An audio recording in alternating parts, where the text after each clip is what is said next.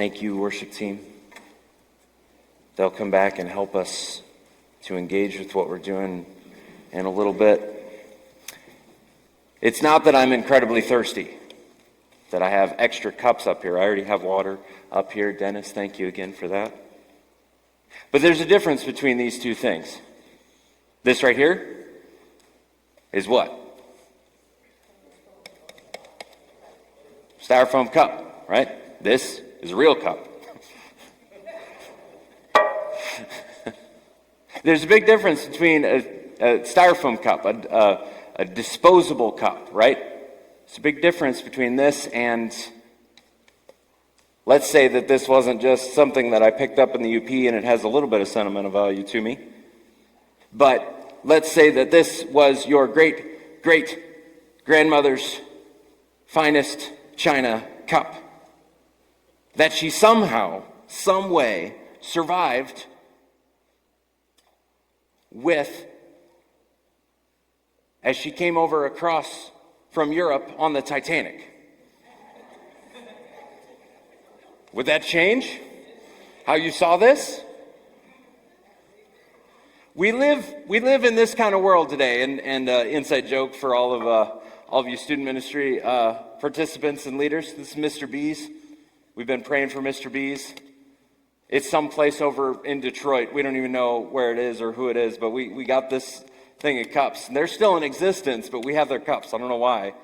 We have their cups. Came from the food pantry. So I don't know if Mr. B's has fallen on hard times, but we as a youth group, we've been praying for Mr. B's.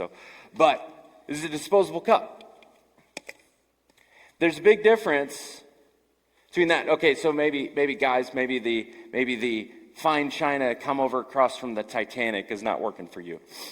So what if instead this is your great-great-grandfather's pocket knife that was passed on to your grandpa and your dad and now to you, and you're looking to pass it on to your own kids or grandkids.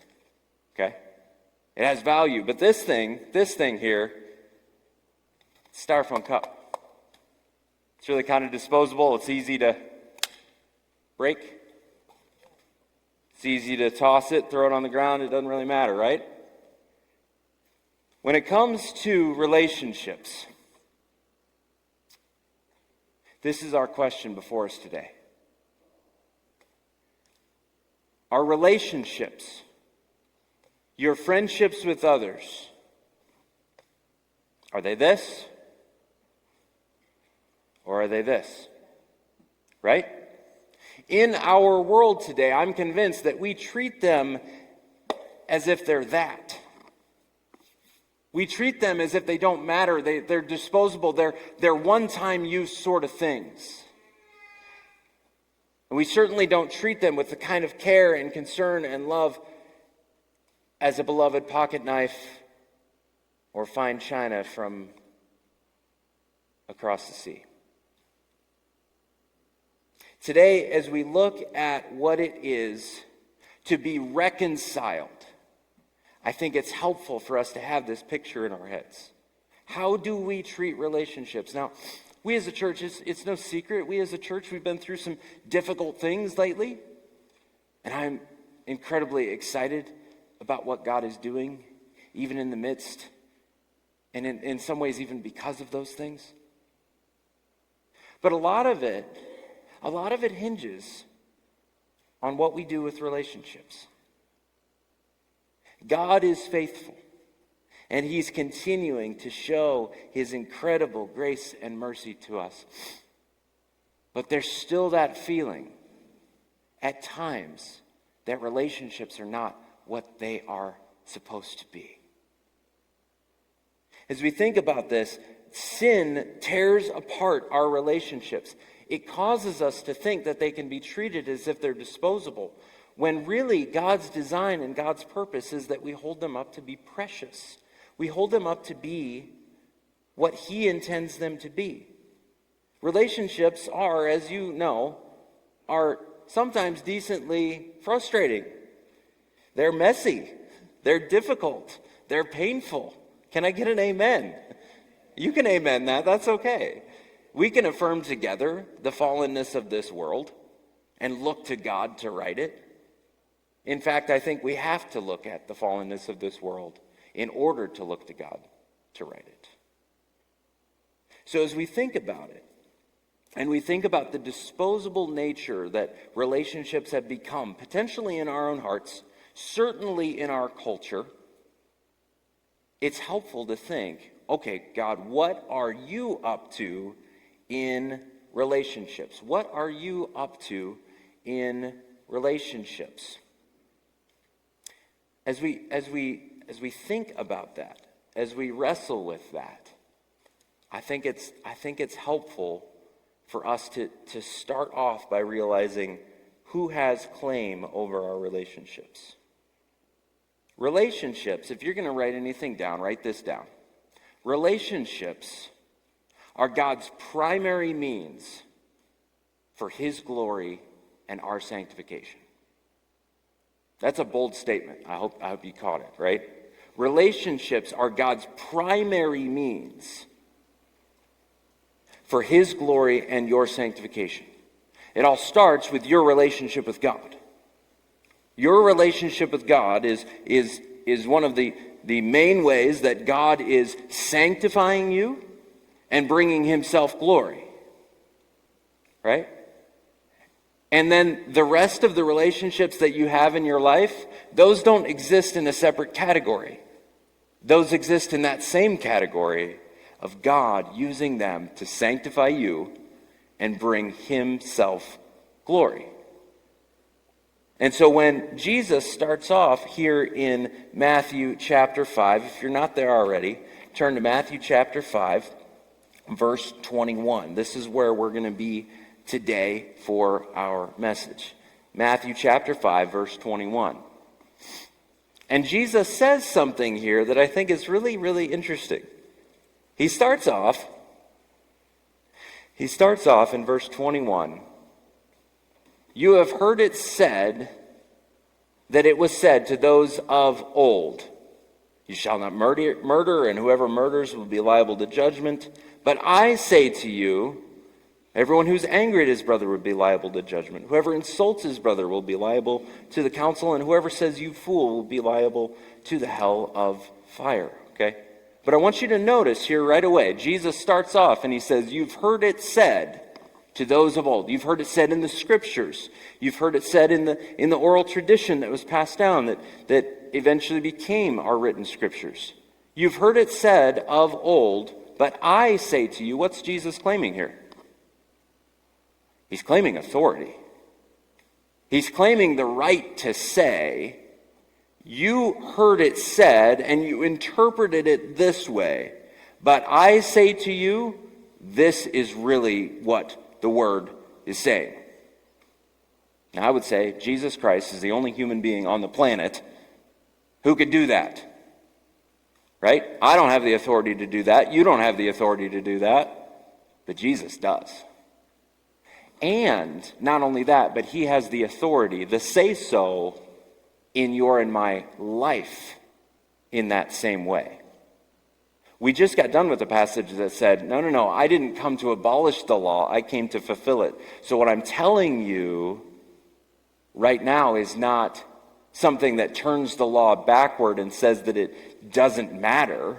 What I'm telling you is actually me fulfilling the law completely. Not a dot, not an iota, right? Not a jot, not a tittle, however your translation says it. Jesus isn't going to let any of it go unfulfilled. And so he goes through, he continues in his Sermon on the Mount and helps us understand. You've heard it said this, but you have to understand the actual fulfillment of that law is way bigger, way more than you thought it was. Okay? God's goal for relationships in your life here, his glory, your sanctification, everything you do in relationship boils down to your worship of him and your transformation to what it would look like to be made in the image of his son. And for those of you, how many of you are in relationships? Can I see a show of hands? How many of you are in relationships? All of us, right?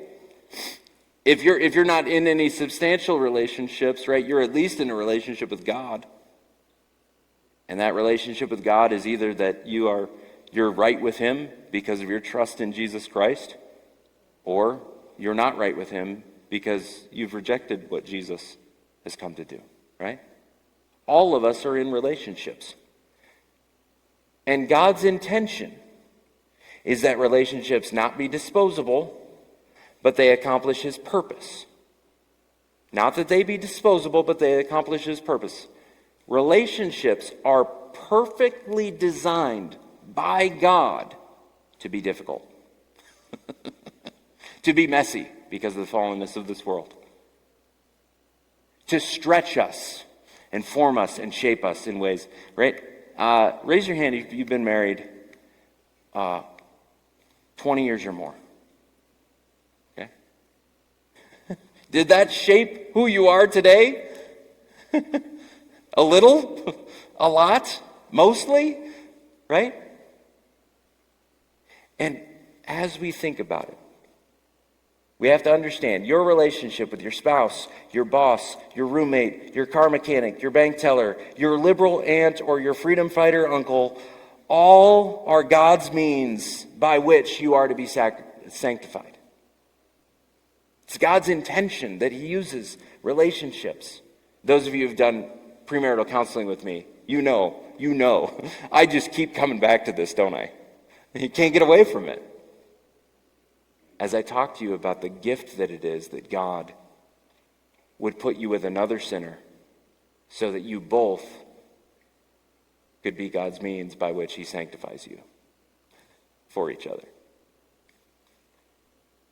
But if we treat relationships as if they were disposable, we stay at a grade school level when it comes to more glory in our sanctification. When we walk away from relationships, when they get hard and difficult and messy, when we treat them as if they're disposable, you stay at the same level that you've always been at. You might even regress because God intends for these things to not be disposable. The intention of them. The problems that you have in your life are not because of other people. They're because of the response that you have to other people and what God is trying to do in your heart. Can I say that? You're going to have difficulties and problems in your life. That may be somebody else's fault, right? More than yours. But your response to that makes all the difference. You could take what Satan intends for something terrible, that God intends actually for something good.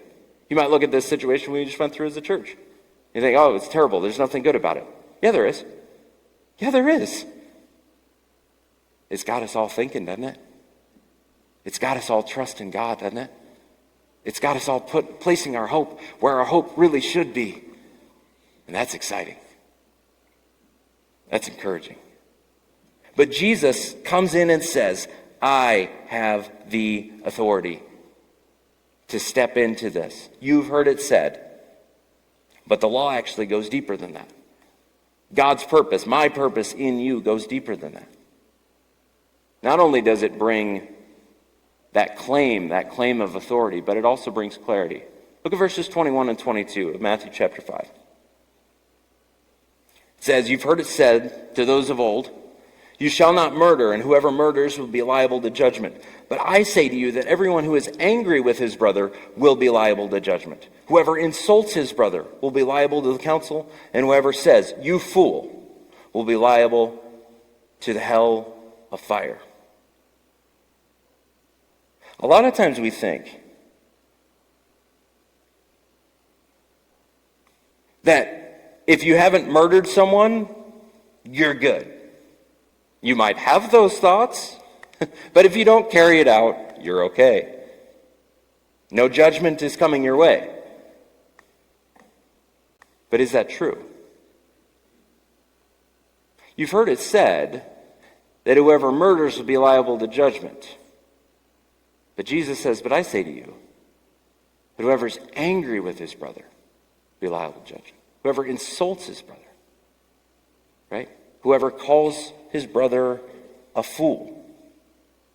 And this brings up the first category in our scriptures when you have something against them. They've done something to you, and it causes you to be angry. It causes you to maybe insult them.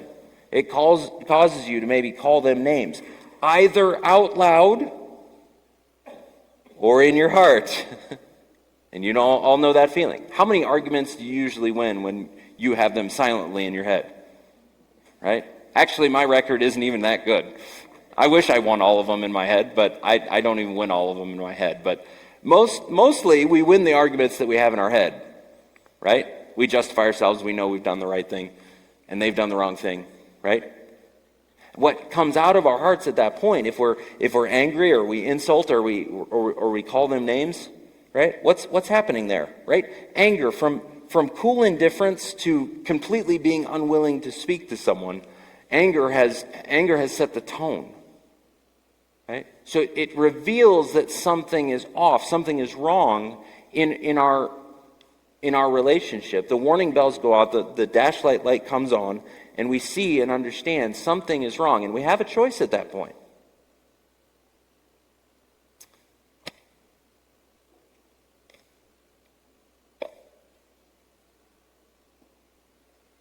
That's our choice. And that sets the tone for everything else that happens. Do we think that they're just disposable? That this relationship doesn't matter? That we can get on well enough without it? Or does it have value? Is it worth keeping? Does it mean something? Right? I know the pain that I may be speaking into when I say those words. Okay? I'm not unaware of that. And it's complicated, and it's messy, and it's hard, and it's difficult. But unless we understand that Jesus is trying to bring us clarity on these things, we're supposed to understand when anger comes up, we can't treat relationships as if they're disposable. When in our own hearts insults come up, when we're tempted to gossip or slander with the aim of making sure that their reputation doesn't recover so that I can feel justified, right? Those are real things that happen in our hearts, and sometimes they come out of our mouths. That's what's happening in us. And Jesus is saying, you're actually not in any better place than if you had murdered them. Except for all of the terrible things that would mean, right? But the same thing is going on in your heart. The same transaction is going on in your heart. When as the scripture says here, right? Whoever says, you fool, right? To even label someone in that way does something in our heart about the way we think about relationships. Maybe labeling them so that you can have defined them and put them in a category and make yourself feel like there's no possible way or path toward restoration. Now again, I'm not unaware of what that means and what that feels, and there's some things that people have maybe done to you that are absolutely atrocious and terrible. I'm not downplaying that at all. They probably were.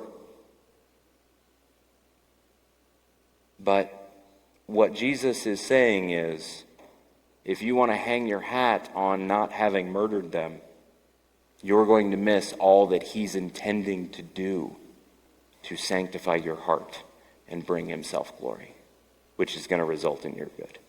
Okay? You see how that works? So that's when you have something against them. You guys all know that bitterness and anger, they have an outdoor voice and an indoor voice, right? Anybody have kids? You have that conversation with your kids, your grandkids? One of my kids, I'm not going to say which, only has an outside voice. That's it. It's the only one they got. And so we say, hey, let's click the volume down a couple clicks, okay? Right? When it comes to anger or frustration or bitterness, it has an outdoor voice and an indoor voice. The things you're willing to say out loud and the things that you really only say to yourself. God says that both of them matter. God says that both of them reveal your heart. Both of them put on display what's really going on. And that is a good thing because then God has access. He knows it, you know it, right? There's no thought in your heart that is hidden from him. So whether it be that your desire is to be frustrated or angry, is to insult them or to label them, pay attention to both the outdoor voices and the indoor voices. God's intention in relationships is your sanctification and his glory. But it's not just what people have done to us. If we all know ourselves well enough, we also know that we have the ability to do terrible things to other people. And I hope we're all honest enough with ourselves to understand that we have. At different points, at different times. We have our reasons, but not only can we think of the things that people have done to us, but we also think about the things that we've done to other people. And this is why I label this conscience, right? We have the claim of Jesus, right? We have the claim of Jesus and what he's up to. We have the clarity of how he brings us to our senses to see certain things. And then we have our own conscience. Verse 23 and 24. So if you're offering your gift at the altar and there you remember your brother has something against you, leave your gift there before the altar and go. First be reconciled to your brother and then come and offer your gift. Now, the beautiful thing about expository preaching and going line by line through the Bible is that I don't get to pick the next thing that comes up. That's also the terrifying thing about doing it this way too, is because this sits before us. When you realize that someone has something against you, your conscience comes to life, or at least it should. Our conscience is an incredibly helpful and useful gift that God has given to us. It's incredibly helpful and useful. More useful than the flashing check engine light, right? Even more useful than that, right? But a lot of the same principles apply. If someone else has something against you, if you come to worship and come to bring an offering and you realize that someone, a brother, has something against you, Jesus' prescription to that is put everything else on pause so that you can reconcile what you need to reconcile. Because you all know the feeling of what it is to, we can let our life run and run and run and not put it on pause and never be reconciled with somebody. A lot of times this reveals itself when we have that twinge of guilt when we think about worshiping God. There's a hindrance of some kind to our worship. There's a distraction from the mission that God has for us and his work in you and through you. It's when you're making a sacrifice or you're trying to worship and it feels deeply insincere. Anybody felt that? Man, there's just something in the way. There's something that's not right. And as you think about it, you think, I've done wrong, and I need to make that right with the people that I've done wrong to. I want you to think about it not from the difficulty of what that might mean for you. Think about it in light of what God is trying to do. God is actually trying to be kind to you. He's saying there's something that's blocking or keeping your full-hearted, complete worship of me from happening. There's something in the way of your and my relationship. because there's something in the way of your relationship with someone else, a brother. And he's saying these two things are not exclusive to one another. They're actually one and the same. And again, he invites us to see relationships as one of two things. What is God up to as he gives you the opportunity every single Sunday morning, at least weekly, if not every day when you open up your Bible and you commune with God? He's giving you an opportunity every single day to what? To grovel? To feel guilty? To rake yourselves over the coals? No, he's giving you an opportunity every single Sunday to be free. To be free. To have no hindrances between you and him. To have nothing that keeps you from being able to fully engage and worship. How many of us, if we're honest enough to admit it, would admit that that would change so many things in our lives? If we felt full and complete freedom to worship him and there were no hindrances because of our relationships, wouldn't that change things? Wouldn't that change us?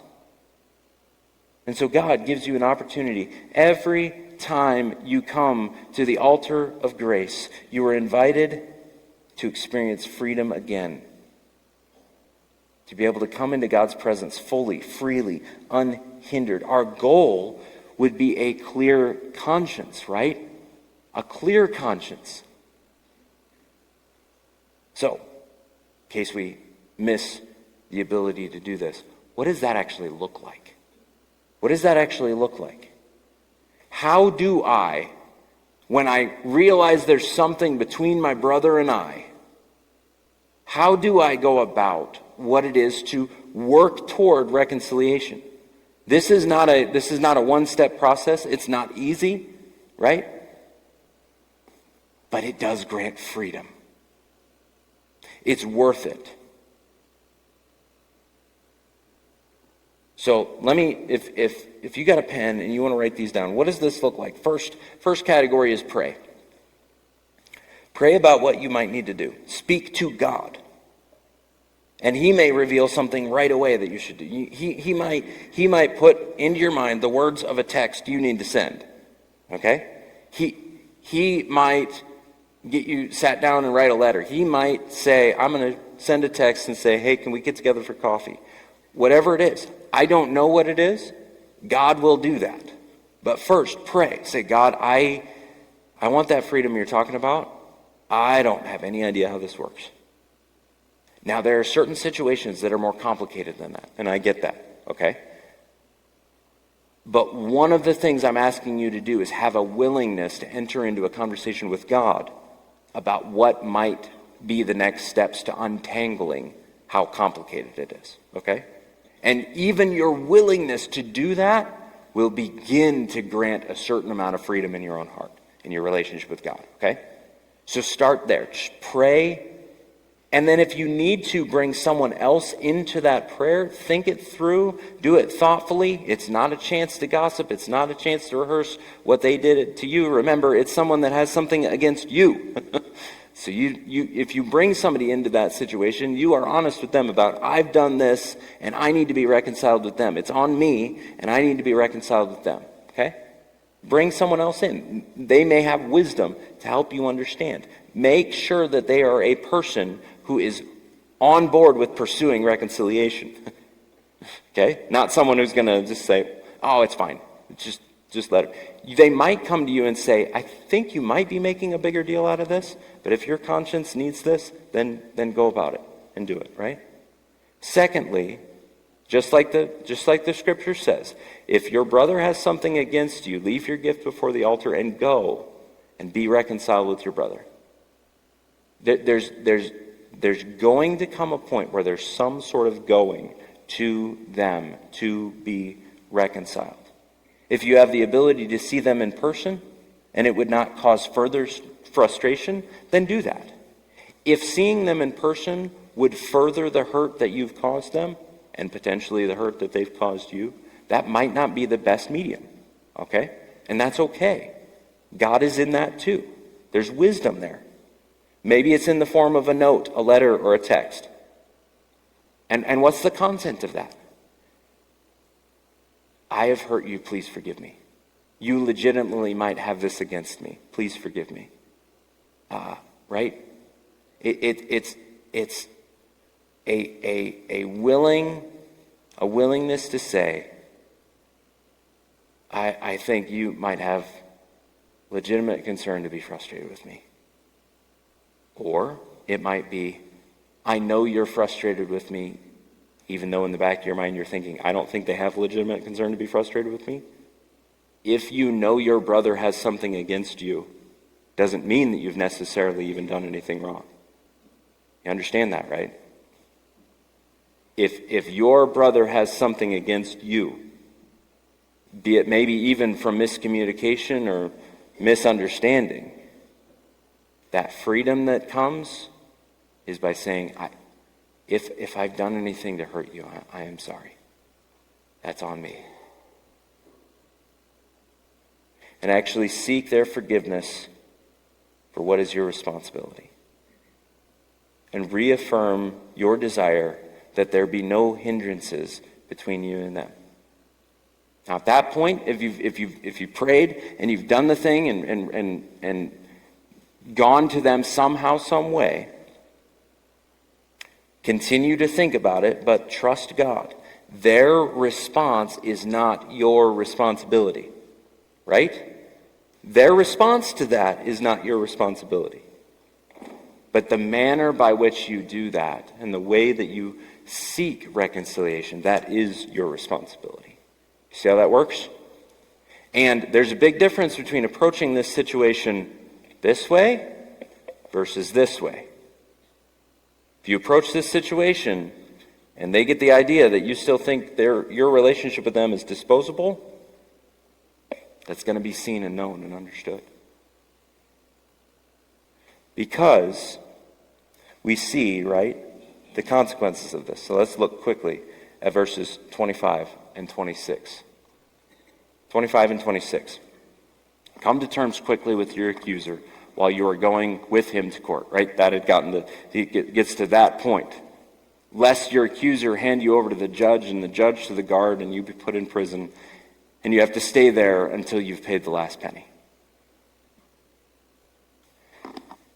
You all acutely know the consequences of not dealing with when you are angry at someone else, when you have something against them, or when they have something against you.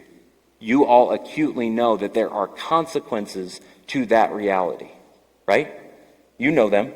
Bitterness swallows up everything. You might not be headed to the court of law, but boy, there is a courtroom battle happening in your heart all the time, right?